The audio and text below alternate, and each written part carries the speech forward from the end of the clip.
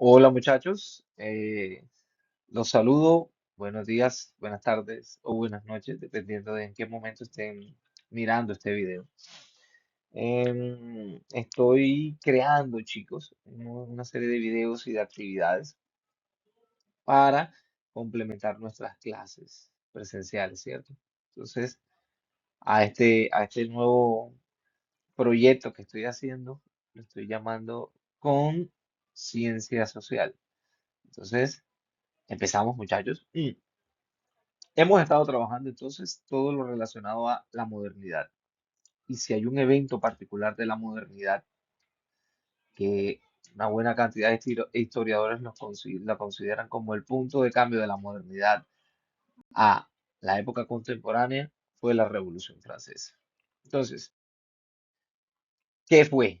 Bueno, la Revolución Francesa fue un proceso social y político que transformó radicalmente la estructura de Francia entre el 89 y el 99 del siglo XVIII.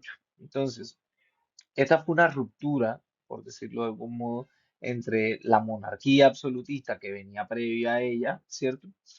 Y, y esos valores y tradiciones clásicos que vinieron previa a ella, porque también muchos lo dejamos solamente en el absolutismo, ¿verdad? En la monarquía absolutista, pero no. Una ruptura con la monarquía toda, completa. Es decir, fue un intento de derribar los valores políticos tradicionales de un rey, ¿cierto? Que en muchas ocasiones fue por mano violenta. Entonces, ahora, conceptos claves. Entonces, un concepto clave esencial es el del absolutismo, como bien mencioné hace un momento. Entonces, era un sistema político de gobierno donde el rey concentraba todo el poder, ¿verdad? Tanto judicial como legislativo, como ejecutivo y obviamente el militar sin ningún tipo de límites. Entonces, en el caso de Francia, un un representante claro de esta idea fue Luis XVI, rey de Francia en aquel momento, que tenía la particularidad de que su carácter era muy débil, pero ahora vamos a llegar más adelante para entender esto. Aquí hay una pequeña imagen de Luis a un lado. Entonces, en el caso de Francia, Francia tenía una serie de características políticas en su momento y era que la sociedad estaba dividida en tres. Por un lado estaba el primer estado, que era el clero, y no ponían ningún tipo de impuestos, no pagaban impuestos. Y luego venía el segundo estado, que era la nobleza. Ambos poseían muchas tierras y no pagaban impuestos, o si pagaban eran muy mínimos, ¿cierto? Y por último estaba el tercer estado, que eran los burgueses, los artesanos y los campesinos. Ellos sostenían la economía nacional, carecían de poder, pagaban un montón de impuestos y de tierras tenían poco. Recuerden, chicos, que ya lo habíamos hablado en clases, que la tierra era la fuente principal, tanto económica como política, ¿verdad? Como de poder, porque alrededor de ella era donde se daba todo el movimiento pues financiero del mundo en aquel momento. Esta jerarquía, esta estructura era muy rígida y creó una tensión social muy fuerte que al final terminó desencadenando una serie de, de movimientos y de procesos que ya veremos más adelante. Entre los antecedentes de la Revolución Francesa,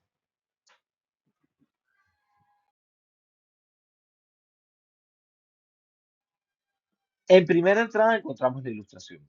La ilustración, como ya lo habíamos visto en clase, fue un movimiento intelectual que promovió la razón, la ciencia, la educación como motores de progreso. Tenían la razón como foco principal para dirigir al ser humano. Hubo muchísimos filósofos que aportaron muchas ideas, como Montesquieu, como Rousseau, etcétera, etcétera, etcétera. Pero algo particular que propusieron la mayoría, que había muchos que eran políticos, decían que había que mantener una igualdad entre todos los seres humanos. Es decir, no habían personas que merecieran o tuvieran más derechos que otros, como por ejemplo se decía en las monarquías que el rey tenía más poder que los demás, ¿verdad? Entonces, para ellos solamente estaba un tipo de ser humano y era el que todos somos, ¿no? El tipo de ser humano que solamente puede existir es el único que hay y pues somos todos ese tipo de ser humano. Por otro lado vino la revolución industrial, que fue el crecimiento del comercio y la industria que permitió el ascenso económico de una burguesía muy ambiciosa. Es decir, apareció una nueva clase social que no existía antes, porque antes arriba nada más pues estaban los reyes, la nobleza, el clérigo, los militares, los campesinos y algunos artesanos, y al final los esclavos. Pero como comenzó a haber un aumento del comercio, pero y también un aumento de la industria y de la tecnología que en aquel entonces no había, comenzaron a aparecer artesanos que se comenzaron a convertir en empresarios porque invertían en sus propios productos, los mejoraban y comenzaban a acumular riquezas. Entonces, ya no era la nobleza que tenía unas tierras, los que tenían dinero, los que tenían poder económico, sino que eran las personas que invertían en el comercio y en la producción de ciertos bienes o servicios.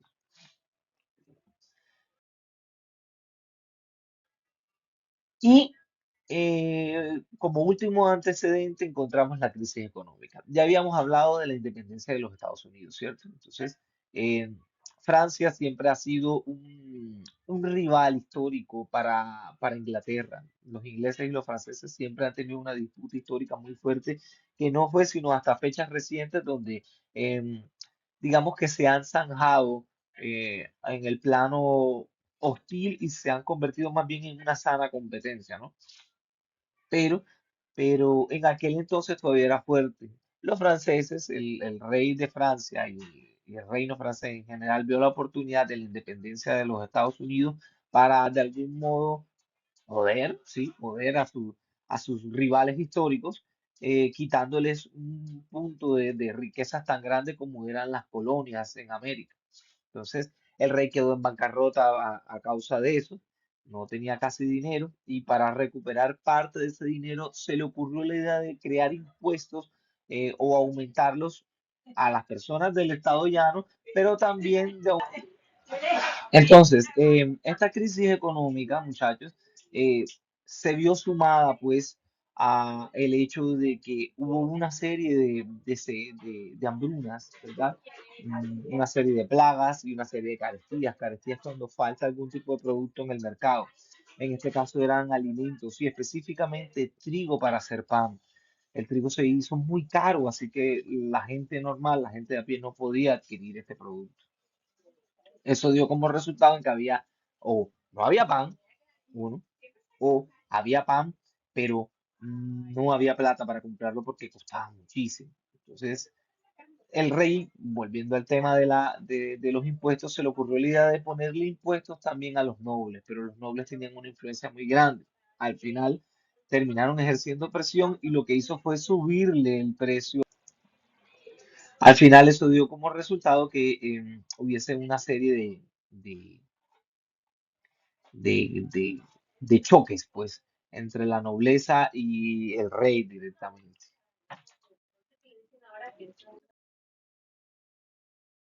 Y así empieza la cronología de la Revolución Francesa. Todo inicia en 1789.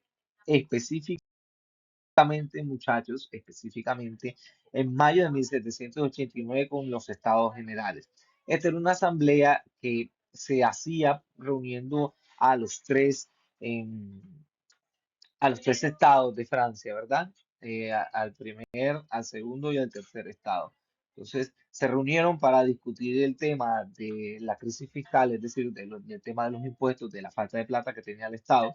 Y el tercer estado exigió que el voto fuera por persona. ¿Por qué? Porque la idea era simple, que por un lado, el primer y el segundo estado no querían tener impuestos y el tercer estado no quería que se les subieran los que ya tenían. Entonces, el tercer estado exigió que el voto fuera por persona y no por cada estamento. Recuerden, eran tres estados, tres estamentos. Entonces, el tercer estado no quería que fuera una elección por estamento.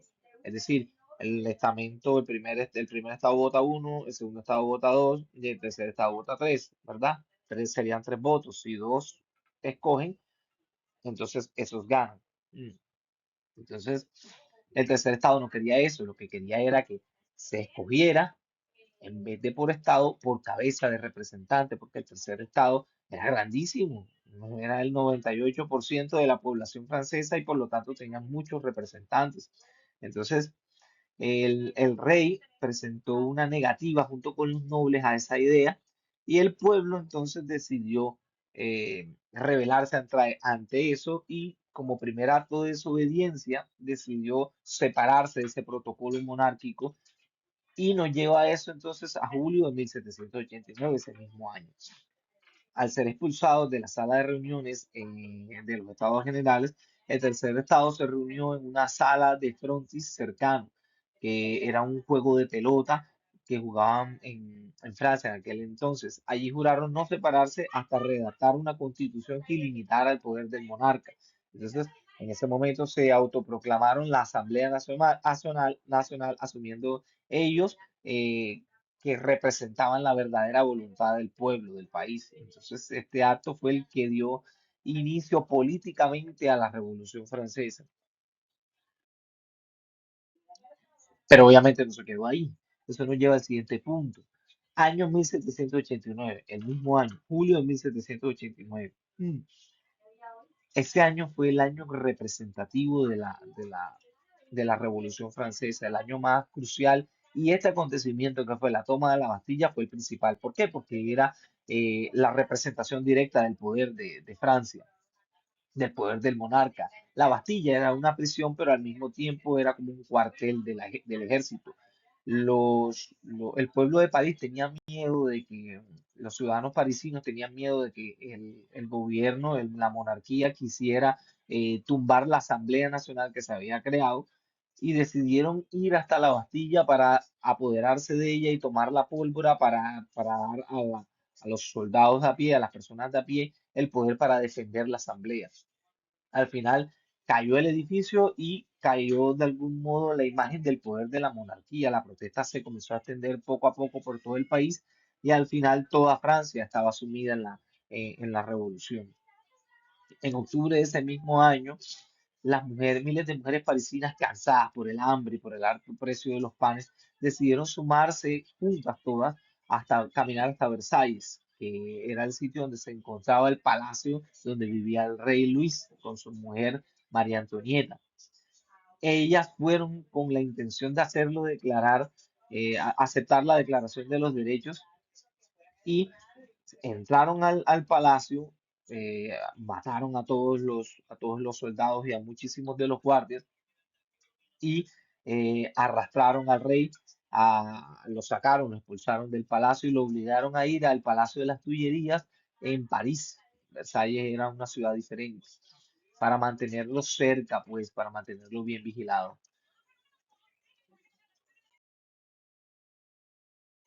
En 1790 no hubo particularmente muchos acontecimientos, o sea, sí hubo cosas interesantes, pero volvió de nuevo acontecimientos muy relevantes ya en 1791.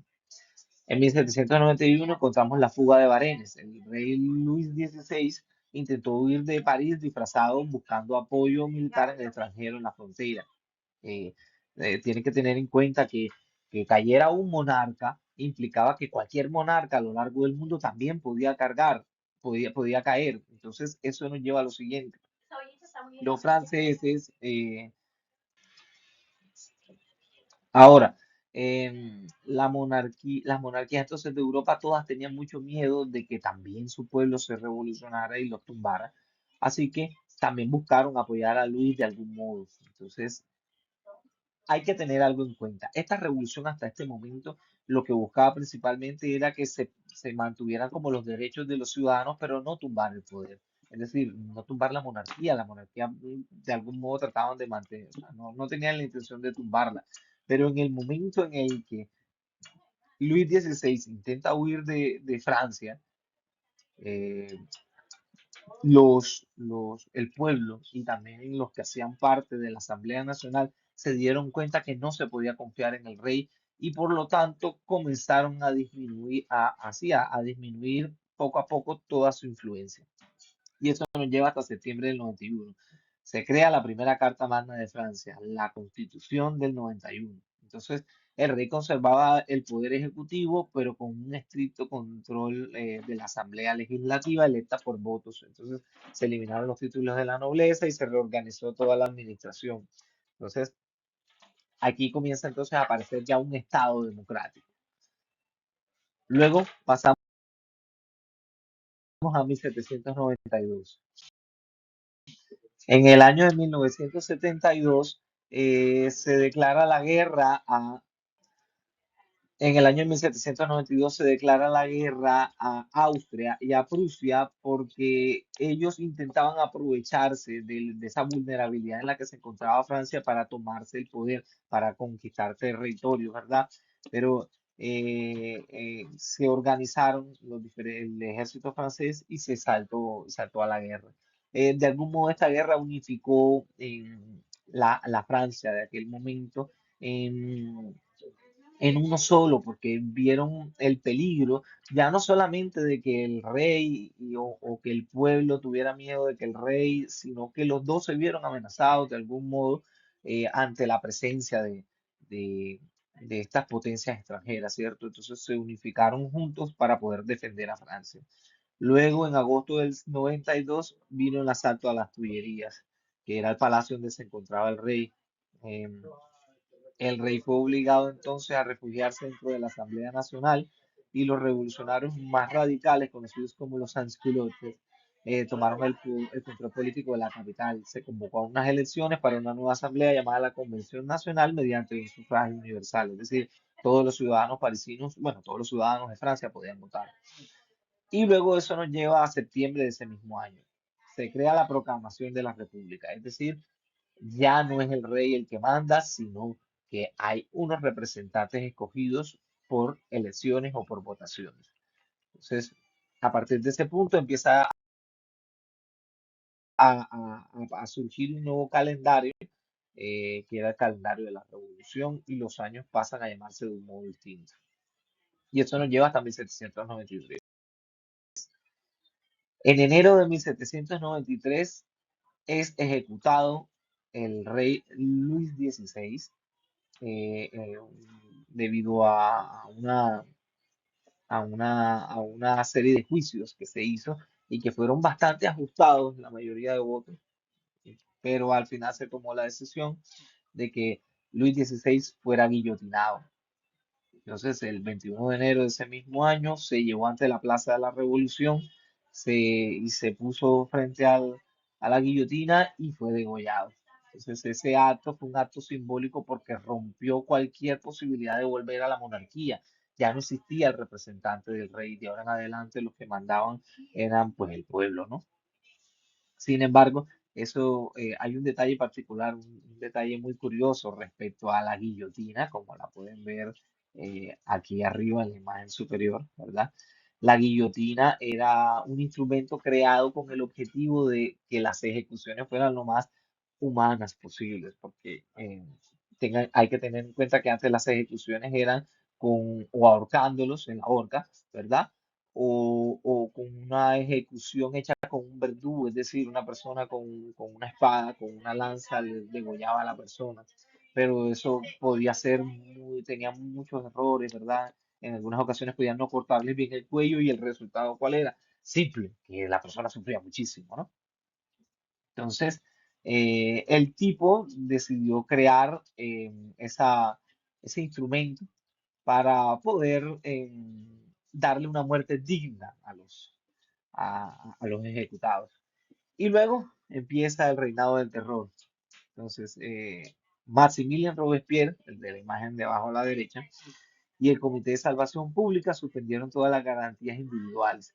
Entonces comenzaron a perseguir y a ejecutar a cualquier persona que fuese un posible enemigo de la revolución, incluyendo a la ex reina María Antonieta. Ese fue un periodo que fue muy, muy violento, donde murieron miles y miles de personas a lo largo de Francia.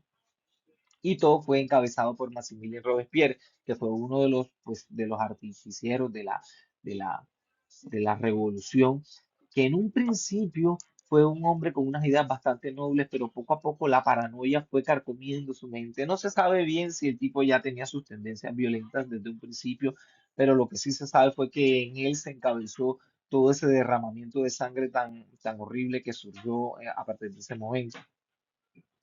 Y eso nos lleva a 1794. En el año de 1794 terminan asesinando, ejecutando a Robespierre porque todo el mundo tenía miedo de ser el siguiente y todos sabían que esa persecución contra cualquier posible conspirador contra la revolución era encabezada por Robespierre, así que tomaron la decisión de guillotinarlo. Bastante curioso, ¿no? Que uno de los principales impulsores de la guillotina fuera guillotinado. Pero bueno, el caso es que al tipo decidieron guillotinarlo y se regresó de nuevo como a un tipo de política más moderada otra vez, en la que no había una persecución tan grave ni de nobles ni de personas que tuvieran unos pensamientos distintos. A partir de 1795 surge el directorio, que era un tipo de ejecutivo político en el cual habían 5 personas que estaban al mando y ellas se encargaban de evitar que hubiese nuevas dictaduras, ¿no? Mantenían de algún modo el equilibrio de que no fuera una sola persona la que tuviera todo el poder. En ese momento el ejército gana muchísima importancia porque hubo una serie de luchas y de conquistas a lo largo y ancho de la frontera francesa porque muchos reinos y países tenían también la intención de aprovechar ese momento de inestabilidad en Francia, porque este momento de la historia francesa tuvo la particularidad de ser un periodo marcado por la corrupción, las crisis económicas y muchísimos levantamientos, tanto reales como de radicales. Y eso nos lleva a 1799 y el último año de la Revolución. Aparece el golpe de Estado de 18 de Brumario por parte del general Napoleón Bonaparte. Apoyado por la mayoría de sectores políticos y militares, tomó el poder y disolvió el directorio. Se estableció el consulado con Napoleón como su primer cónsul, concentrando todo el poder de la autoridad nacional. En un principio parecía un acto de democracia en el que por fin se había puesto fin a la Revolución Francesa, pero posteriormente se convirtió también en una dictadura. Entonces, podemos decir, muchachos, que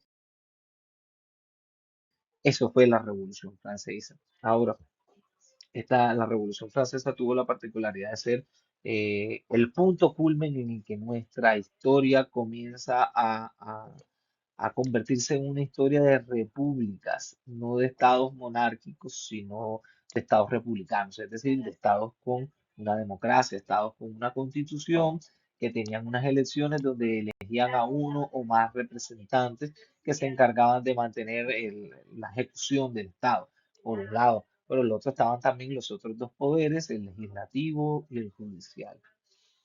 Y eso sería todo, muchachos. Entonces nos estaremos viendo en las clases y les deseo un buen resto de día.